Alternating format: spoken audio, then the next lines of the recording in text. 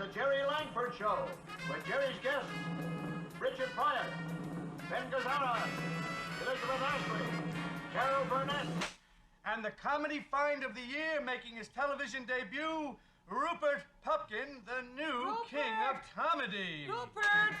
Are Hello. you crazy? Say What's hello the matter to with you? Jerry. Ah, Mom. people are sleeping. Lower it. What's the matter with you?